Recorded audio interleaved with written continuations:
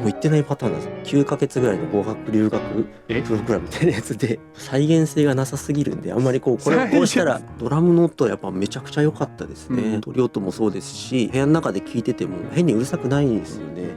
またやれっつうとちょっと当分いいですけどアイディアは増えましたよね。そうですね、あそこ行ったことあります。はい、白マニア YouTube チャンネル、今日は対談シリーズということで、ミュージックイン藤枝を共に作った岩谷慶一さんに来てもらいました。ありがとうございます。ありがとうございます。ありがとうございます。今日関東入り、昨日、ね、東京入りして、空き時間が入りが今日遅いから急遽来てくださいました。ありがとうございます。でそしたらうちのスタッフがですね、熱を出してですね、お休みしてるので今日は吉井が撮ってるので、藤枝3人チームが揃ってるというところなんですけど、そう普段はねピンマイクつけるんですけど、今日ないんでちょっとガンマイク頑張って貼らないと、ガンマイクでやってるんでちょっと音声がいつもとどう違うのかはわからないんですけど、ゼンハイザーの416もスタンダードガンマイクですね。映画業界、テレビ業界でね、なんですけど、どうなんだろう。指向性がどれくらい、タイニーディスクね。タイニーディスクで結構有名になりましたね。一般にも結構認知されてるか。タイニーディスク、僕そのくるりのやつやらせていただいたんですけど、アトモスと放送は別で配信の方なんですけど、あれね、意外とね MS の2ちゃんのステレオのガンマイク使ってるんですよ。816ですかとかとかも含めて、なんかでも DPA とかも使ってたかな多分。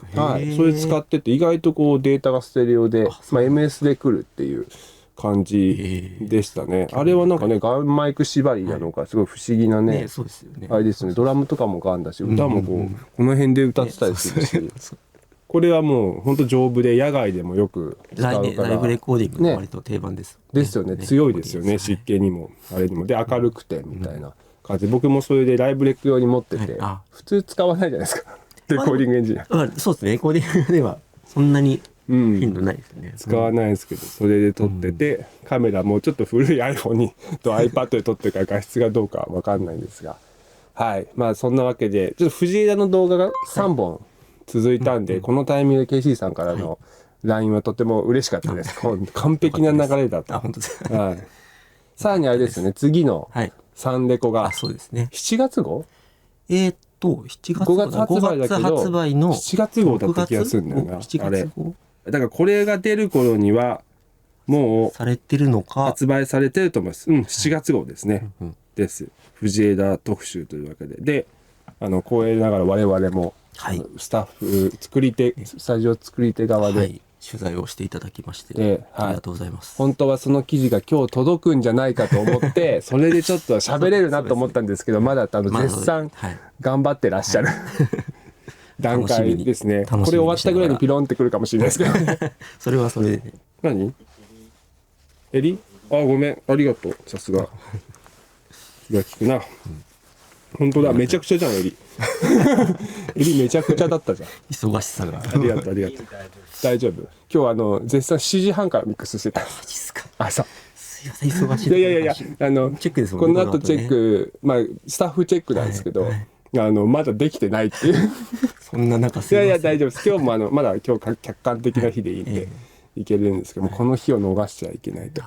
なんでちょっと藤枝ができましたけど、稼働して結構いい感じにね、稼働率がすごくて、すごくちょっとほっとしてますが、KC さん MP4 の、今今日あれなんですよ。今日5月10日なんですよ。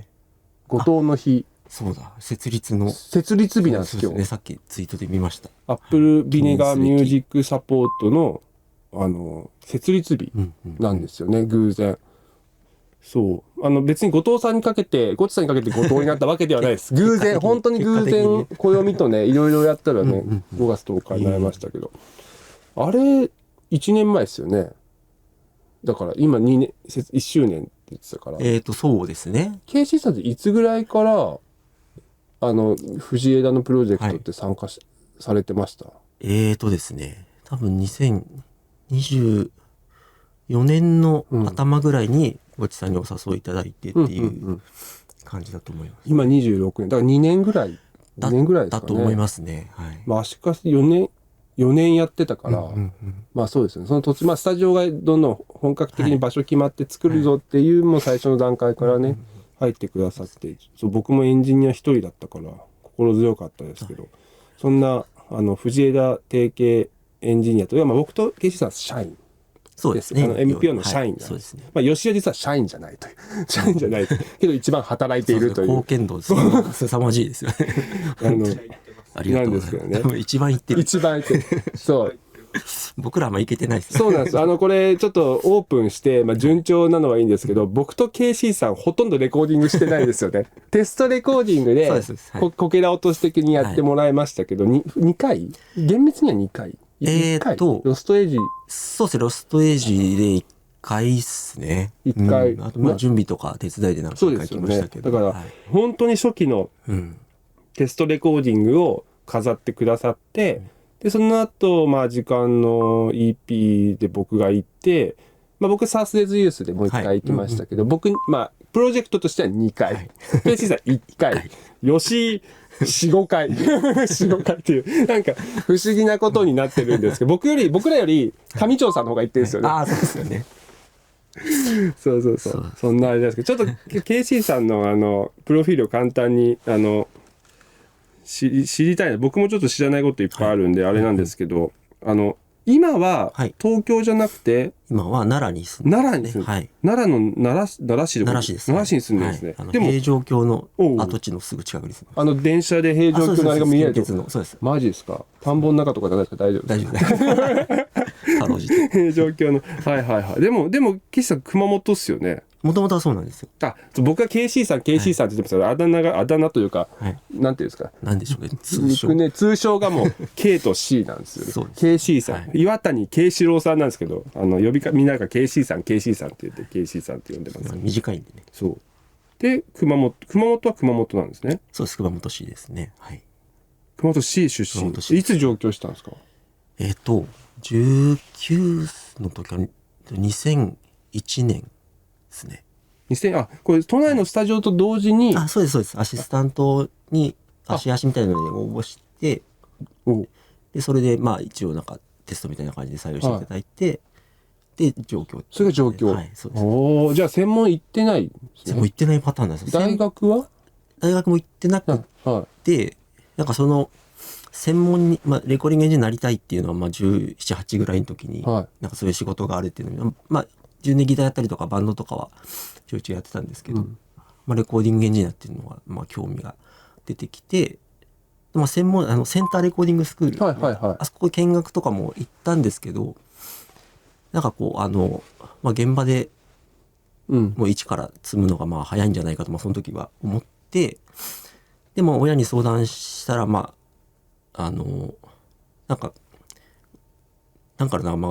学留学をして、言語を身につけてからとかの方がなんかいいんじゃないかみたいな話になり、9ヶ月ぐらいの語学留学プログラムみたいなやつで。語学って英語の方英語の方です。ですよね。で、そうです。イギリスに9ヶ月ぐらい語学留学させてもらって、で帰ってきて、でレコ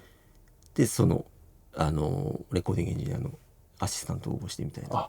そうなんですよね。だから専門の代わりにそっちに行かしてもらって。なるほど。1年、語学やったみたいな感じですね。全然知らなかったです。それで最初に入ったスタジオがマグネットスタジオですね。マグネット。じゃあ柏井さんの後輩になる。柏井さんがその時まだアシスタントされていて。柏井さんのアシスタント。じゃあ高山さんとかのアシスタントしてたんでしょうね、きっとね。柏井さんは多分されてたと思いますね。柏井さんはキリンジとかね、ハイエータスとかシシャモとかやって、僕も超お世話になっているエンジニアさん、ビッグフィッシュですね。最高のエンジニアさんです。レーベルもやってますからね、柏井さんね。それこそノットウォンクの元レーベル長やってましたね。そう、エンジニアなのにレーベルやってるんですよね、柏井さん。そうなんですね。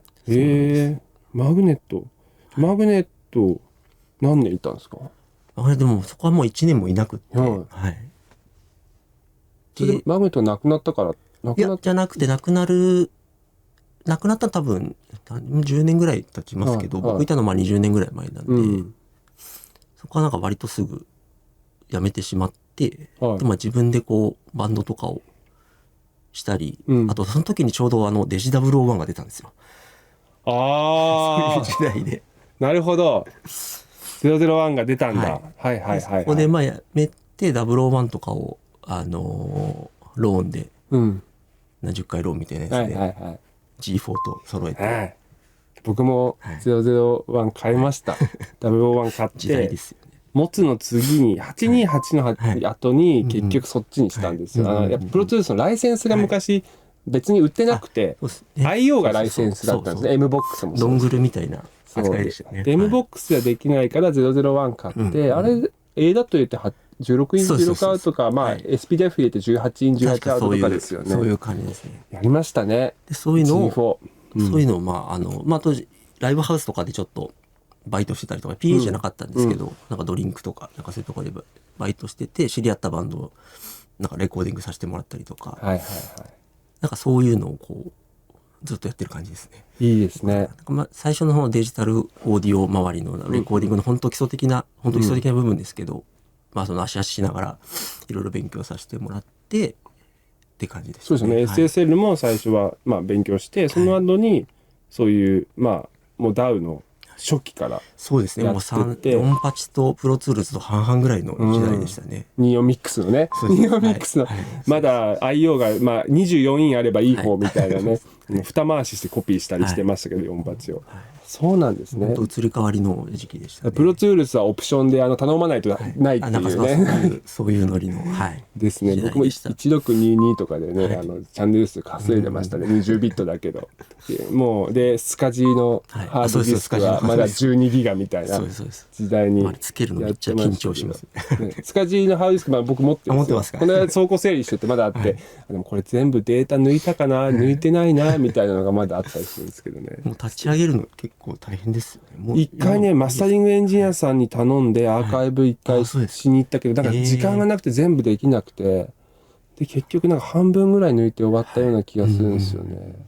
こういう話してるとね、多分今日後でテロップ入れる佐藤がね、何の話してるか分かんなくなる。この辺はちょっとそう多分ほとんどの人がこのストップボタンを押すと思ったら、同じ年オジエンジニアしか多分響かない話題なんですいません。でもレコスタ行ってからPA、だから PA もできる。KC さんだって PA エンジニアもめちゃくちゃやるし、マニピュレーターもやるし。そうですね、やってましたね。PA はなんでできる？ PA はそれでライブハウスで声かけてレコーディングしたバンドに、PM やってくれって頼まれて、でやりだしたっていう感じです、もうアナログタク全盛期の時ですよね、 PM とか。まだでも結構もうヤマハの M7 とか、LS9 とかあの辺はあったので、手出した、箱によってはもうデジタルだったりしてましたね。M7 でしたかね。 M7 はそうですね、ヤマハの。そうなんですね、でもマニピュレーターもそういう流れでやってくれみたいな。そうですね、マニピュレーターはギターもやってたんで、ギターでそのサポートとかの仕事も半々ぐらいやってたんですよ。でギター弾きながらマニピュレーター的なトラック出しみたいなのも結構やってたっていう感じですね。もうザマルチですよね。なんかいろいろやってましたね。マルチの先駆けみたいな。でもいいですよね。その若い子も見たりするんで、その本当専門行ったことない、大学も卒業してないけどこういう業界行けるんですかみたいな質問も来るんで、そうすると語学留学して9ヶ月で足でスタジオに入ったと。でそこからライブハウスでバイトしてエンジニアになったと。っていうすごいですね。いやすごい。再現性がなさすぎるんで、あんまりこれをこうしたらいいよっていう結構僕らのキャリアって割となんかこう人との出会いとか恵まれたりとかしてっていうのは結構大きいんで、これをこうすると絶対うまくいくみたいなのってやっぱ一概には言えないところがありつつ、でもそうですね、好きでいてこう誠実に一生懸命やってたら、結構見てくれる人は見てくれるしっていうのはそこは言えるかなとは思いますね。確かに。なのでまだ就職できてない若い子もいるんで、これから就職を考えてる子もいろんなパターンがあるから、そうですね、いろんなパターンがあります。頑張ればきっと続けてればね、いいことありますよっていう。そうですね、続けるのが大事かなとありますけど、あとこの最近気になった大学の非常勤講師っていうのがちょっと気になって、はいこれは何をやってるんですか、この相愛大学の。もともとはそのゴッチさんがその相愛大学の特別教授みたいな形で、今そこに名を連ねてらっしゃって。そうなんですね。そうですね。で、多分来年か再来年なんですけど、そのゴッチさんがやってる特別授業みたいなのがあるんですよ。レコーディングと創作っていう、カテゴリーで。で、それをちょっと手伝ってほしいって最初ゴッチさんに言われて、で、手伝う予定なんですけども、その前にその相愛大学の方から声かけていただいて、ちょっと講師されてる方ちょっと欠員が出て、一回ちょっと非常勤講師をその枠をちょっとお願いできませんかみたいな形で声かけていただいて、今ちょっと先行してやってるっていう。何を教えるんですか？ですね、講義の名前としては電子回路の基礎っていうなんだというのをやってます。で、なんか内容としては舞台機構調整士っていう国家資格があるんですけど、なんかホールの管理される方とかがよく取られるんですけど、それの3級の受験される生徒さんの学生さんの、受けるところで、僕はその電気の部分と、電気とデジタルオーディオとか、オーディオ周りにも絡んでくるので、そこの部分を今担当させてもらってっていう感じ。じゃあエンジニアリング的なことを教えるっていうよりかは、こういうライブハウスだとこういうのがあるよとか、ホールだとこう調整卓があってとか、そうですね、そういう部分と、あと単純にその電気の基礎っていう部分もちょっと絡んできて、音楽に関わる電気の部分って感じです。例えば何を教えてるんですか？例えば具体的に。例えばなんかこの間の授業はアースとかですね。アース。その安全面でのアースの仕組みとかっていうのも教えたりとかですね。あと本当に直流と交流の違いとか、元オウムの法則とか。いや僕全くなんですけど、3級はそこまで専門的なめちゃくちゃ難しい計算をするとかはなくて、試験ももう丸×方式なんですよ。っていうところが、その試験範囲で、しかもそのホールのところなんで、音楽とかそういう管理のところに関わる電気のところなんで、日常的にね割と携わってる部分に絡む電気の部分なんで、その辺を僕もちょっと調べながらな部分もあるんですけど。そうです。復習というか、やっぱ人に教えるのと自分がなんとなく理解してるってね、アースとかも奥深いですからね。改めて僕も勉強しながら。僕アース人には説明できないです、正直。いつもだから丹下さんに聞いて、藤枝のそっち系は丹下さんに、圭介さんに何とかしてもらう。なんとなくその概要はね、こここう分けて回路分けてとか、ここでループしないようにとか、そういうのはなんか考えてね、トランス入れたりしましたけど、でもあとはもうKC さんに任せて、であと丹下さんと源さんでうまくねやってもらっていいアースが取れてるというのが藤枝なんですけど、でも僕らはそのアースが完璧に取れる前にレコーディング終わってるんですよね。そうですねあれ思ったりこれなんでノイズなんだろうみたいなね、そういう段階だったんで、多分まだ音形はちょっと次6月のレコーディングかな、僕の場合で受けれると思うんですけど、そうなんですね。面白いな。KC さんとゆっくり実はマンツーマン喋ったことないですもんね。大体誰かいますからね。あとザックさんとかの現場であったりとか、この間もばったり、僕がライブレックで行ってたマニピで来てくれてたとか、そういうのも。ザックさんのとこにもいたんですか？そうです。東京にそうですね、奈良に今奈良に住んでるんですけど、奈良の前は10年ぐらい東京にそのアシスタントで出てきてからしばらく10年ぐらい東京で仕事をしていて、でその時に最初は多分サポートしてるバンドでザックさんのスタジオにレコーディング、ソロボに行く機会があって、でそこで初めてお会いして、で僕もエンジニアの勉強してますみたいな形でお話しさせてもらって、たまに手伝いに行っていいですかみたいなことを聞いたらいいよって快く言ってくださって、でそれでちょっとアシスタントじゃないですけど、いろんな現場手伝いに行かせてもらったりとか、レコーディングとか、それこそライブの現場とか、そういうところでいろいろ勉強させてもらったっていう経緯があります。そうですね。僕もザックさんめっちゃお世話になってるんで、もう本当に大尊敬する。何より音がかっこいい。そうなんですよ。めちゃくちゃなんかもう悔しい。ザックさんの音聞くとなんで自分はこういうふうにできないんだろうって思うことが多々あるんで、なんかすごい頑張らなきゃいけないなっていつも刺激をもらってるし、やっぱ僕もライブレック手伝ってとか、まあジャックさんが PA してるからライブ撮ってくれないっていうオファーやっぱいただくともうやっぱ普通の人たちと違うプランで取れるから、もうこっちももうマックスで最高のものを出してあげなきゃいけないっていう、まあだからいいこうプレッシャーをいただきながら仕事させてもらっているのでありがたいですね。この間もサントリーホールとか撮ってましたけど。だからザックさんがその後ミックスするっていうパターンが多いので、こう取っといたらザックさんやりやすいかなとか、まあそういうのを考えながらやらせてもらってね、本当に大好きな大先輩でございますが、じゃあちょっと話をミュージックインフジヤに戻さないとちょっと膨大な量になっちゃう。まあ最近行って岸さん最後いつ行きましたっけ？オープンのセレモニーの次の日ですね。あ、次の日だ。そうだ。KC さんが、そうだ。本当その説は。いやこの間ストレーテラーの堀江さんが来てくださって、ゴチさんと一緒に弾き語りライブしてくれましたね。蔵でやったんじゃなくて、すぐ近くに一言カフェさんって、こっちもね、お茶の倉庫だったんですけど、そこで PA をする羽目になりましたけど、5年ぶりぐらいですね。その日からですね、もう悪夢が止まらなかったですね。イベントの前日まで悪夢見たからね、なぜかドラマー一人もいないはずなのにドラムが4人ぐらい来るっていう夢を見て朝目が覚めました。悪夢を見させてしまったっていう。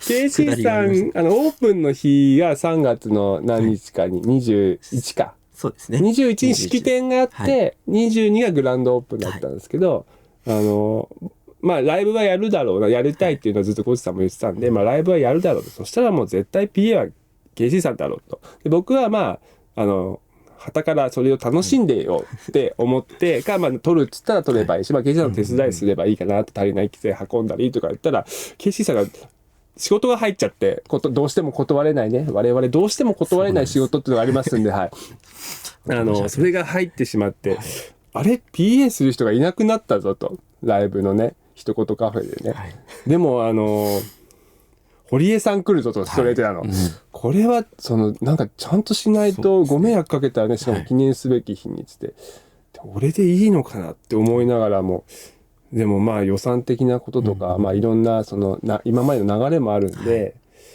なんか静岡の方々に頼むのもなんか違うんじゃない、じゃあまあ久々にやるかと思って、昔の買ったサンクラを引っ張り出してきて、モニタースピーカー持ってって、やりました。めっちゃ緊張しました。もう本当に悪夢をたくさん見ましたけど、久々すぎもう。申し訳ございません。いや、それの次の日は僕もその日帰ったんですよ。もうその日帰って、次の日のお披露目会か。そうです。はい。一般のお邪魔させてもらっ方にて。で来てくれた。本来こう逆そうですね。なんですけど、いや僕も久々にライブやってね。ライブ PA やって楽しかったですけど、もうどうせならもうスピーカーいっぱい置いてやろうかと思いましたけどそれやると自分の首を絞めるからやめましたけど、でもいい雰囲気、あそこででもやりました、PA やってないですよ。まだ行けてなくって。そうなんですね、めちゃくちゃいいですよ、一言カフェで。ただこれ左が抜けてて、こっちが壁で、だからちょっと反射のあれが面白いんですけど、でただもう外にダダ漏れっていうのはすごいすごい漏れてんなと思いながら、まあこれは4時に音止めてくださいって言われるわっていう感じだったんですけど、ピアノもね一応あるんですよ。そうでスピーカーは結局ヤマハのステージパスをMPO で持ってるやつ持ってて、ドラムとか電源の位置が結構特殊で、それでこう壁の上にあるんですよ、柱の上とか。昔のクラーナの下になくて、そこから電源ドラムで引っ張って、で大慶さんに借りてとかで、スタンドとかも全部藤枝からガラガラ吉井と井口くんと持ってってありがとうございました。でやってましたね。モニターはないから、モニターは僕のベリンガーのちっちゃいやつ2個持ってって、でまあ丹下さんもいてくれるんでね、丹下さんスーパー武漢だから丹下さんが武漢みたいになってオールスターのそう全部やってくれたから、まあそういう意味ではすごい楽で、あと圭介さんと高橋さんとスタイクのねワイヤリングチームがガチで手伝ってくれたから、ケーブル回しとかも完璧なんですよ。そうですよね。完璧なんですよ。そうで日本音響の重富ちゃんは元 PA サークルの子なんで、もうバミリとか全部できる。すごすぎる。そう俺と吉井がどちらかというと素人みたいな。吉井には録音やらせてましたけど、はい、そんな感じでしたね。はい、よかった。楽しかったですね。そうで、藤枝がオープンして、まあ機材もね、いろんな方から起動していただいて、充実してきて、すごい量をね、やっぱ今度ワイヤリングをね、パワーアップしなきゃいけなくて、その入らなくて、そうですね。フルに活かしきれないので、ちょっとワイヤリングプランを今、第2プランを、進化系を、圭介さんとケイシーさんと、みんなで相談してるとこなんですけど、だから僕たち機材、使ったことない機材増えてますよね。増えてますね。ね。あ、そう、マイクもありがとうございます。ケイシーさんのテクニカの5040かを1本ね、常設で置いて、はい。よければお使いください。歌撮ったんですけど、めちゃめちゃ良かったですよね。よかった。すごい好きで、びっくりしました、僕も。これこんないいんだと思って。さすがって。だから機材も楽器も本当いろんな方からいただいて、本当ありがたいんですけど、もう置く場所がないんですよね。ほとんど。ちょっと課題ではありますね。エアコンがついて置く場所がない。ただ置く場所はあるんですけど、やっぱこうカビたりね、これから湿気が時期が来る。夏を初めて体験するので、これからちょっとそこは。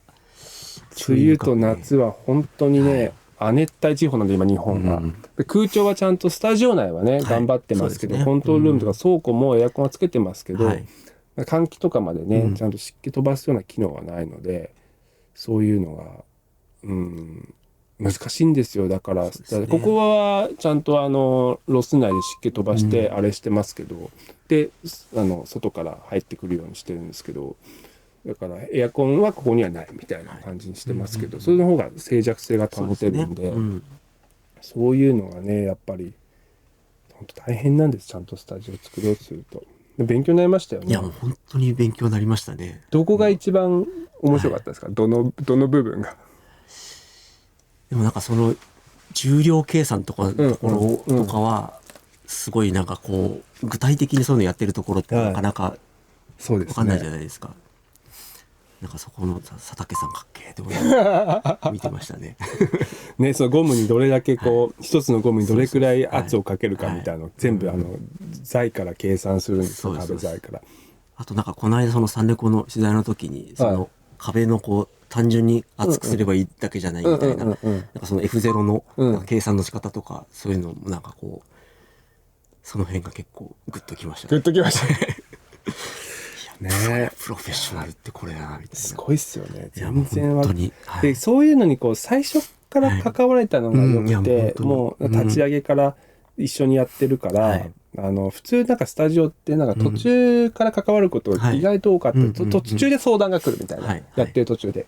で本当のゼロのベースから源さんとかもそうですけど、みんなでこう小島さんもそうですけど、みんなで相談しながらやってたから、なんか全部の過程をほぼ見れて、僕その浮世絵の時の工事見に行けなかったらそれだけは心の声なんですけど、本当はもっと頻繁にね行きたかったんですけど、どうしてもね安いというか安く仕上げようとするとグラスの上にコンクリート流して終わりなんですよ。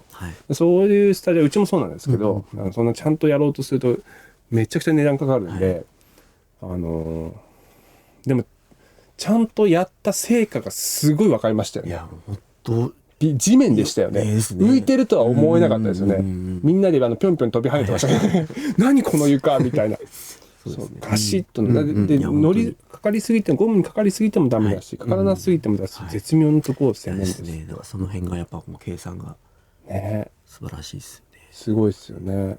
響きはどうですか？僕ちょっと改善したいポイントがあるんで勝手にやるんですけどそれ一回ね最初だからまだそうですね、もうだいぶ記憶も去年の11月ぐらいに、もう本当に最初ぐらい撮らせてもらったんですけど、いやでもドラムの音はやっぱめちゃくちゃ良かったですね。鳥音もそうですし、実際にこう部屋の中で聞いててもやっぱ変にうるさくないですよね。でもメンバーも言ってましたけど、シンバルがうるさくないってみんなね、ですね。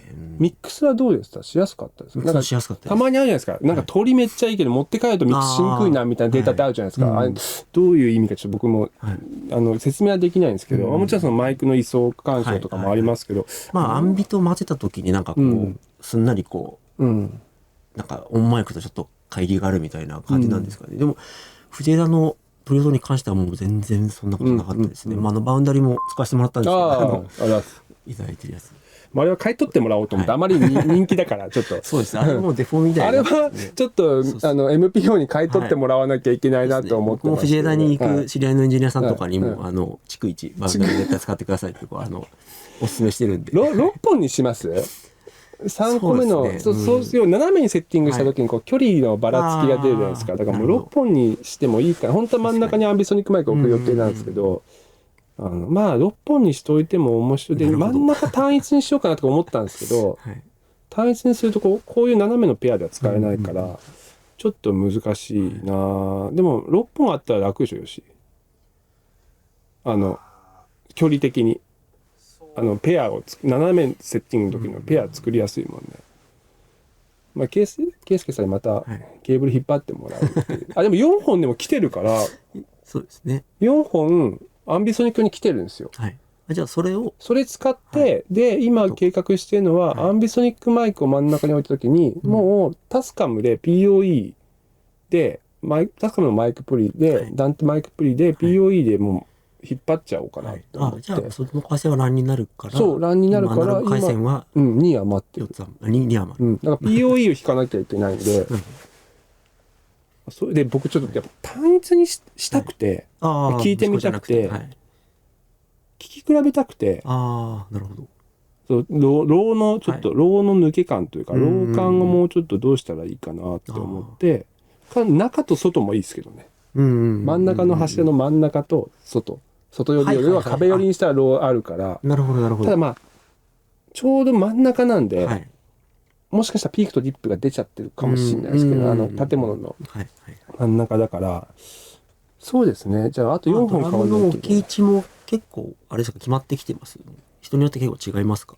結構違うみたいですけど、まあ井口くんが結構その辺、平均値を把握してて、まあ、大体やっぱ真ん中にドラムは置いて、ピアノがねあるからそうですね。真ん中がちょっと変わってきちゃってて、そこでピアノの位置をねちょっと動かしたの試してみてほしいなって思ってるんですけど、それもあって、最初はなんかピアノ側に置いてました。斜めに。最近はだから多分ピアノが来たからなのか、真ん中に置くことが増えてるっぽい。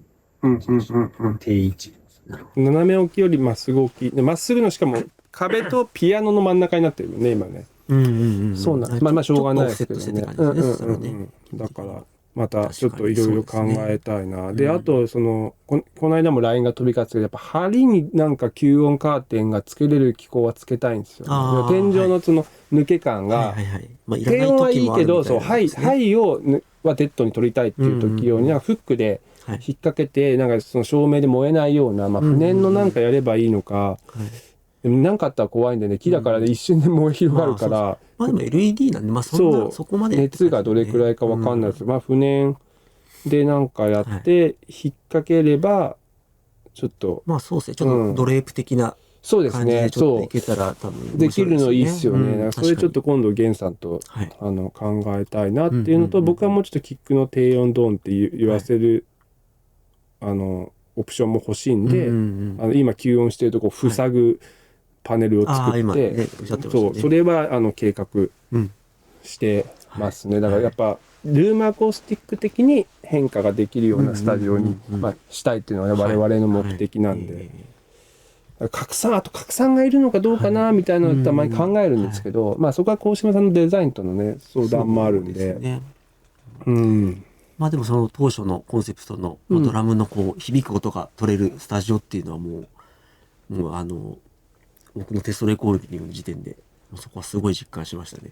藤枝ドラムサンプル作りたいですよね。本当に床面積に対してのこのアンビの取れ方っていうのがやっぱ経験したことないような感じでしたね。ケイシーさんよく大阪の蔵、ゴチさんも行ったことある蔵のスタジオあります。吉井も行ったことあるよね。はい、はい、はい。そこもそう結構天井高いんですか？天井はそこまで高くはないんですけど、横に結構広いんですよ。はい。そこだから定型エンジニアとかですよね。それよく使わせてもらっていて、はい。そこはでも割とその吸音は割とされていて、まあめちゃめちゃデッドではないんですけど、バスンみたいな感じの、ちょっとレッド・ゼッペリンみたいな、ああいう感じではないんですけど、整ってるってことですね。そうですね、そうですね、はい。そこもすごくいい音では取れるんですけど、はい。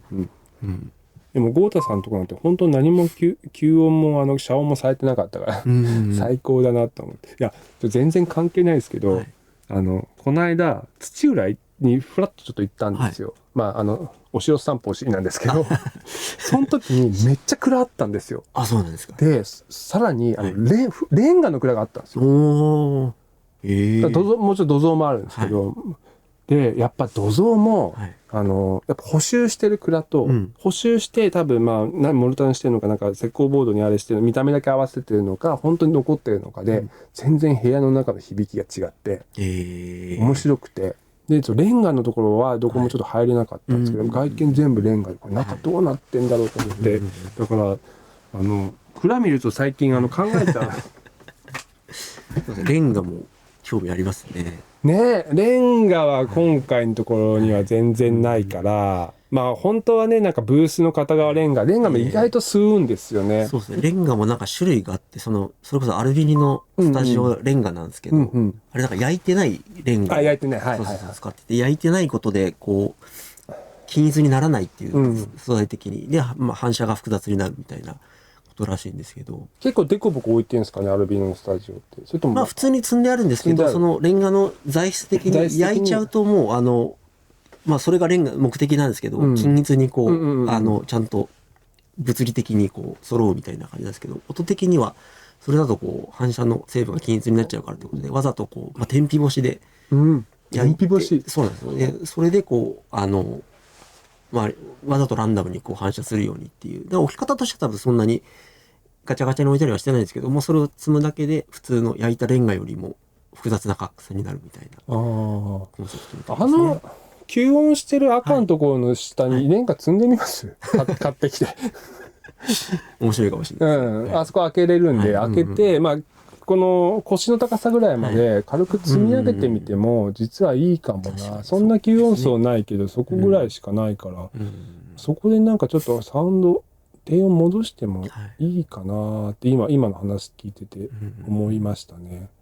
そうなんか山中湖行ったことありますミュージックないですか。上條さんよく行って僕もよく行ってたんですけど、まああそこも結構片面レンガなんですけど、意外と実はそのレンガっぽい響きは感じなくて、そうだからもっと容積あれば、そうですね、容積あれば別ですけど、昔イニック行った時も結構石とかのそうですねブロックがそうでもなんかそんなにこうねですよね。まあやっぱ多孔質とか結構気候あるんで吸うんですよね広域が。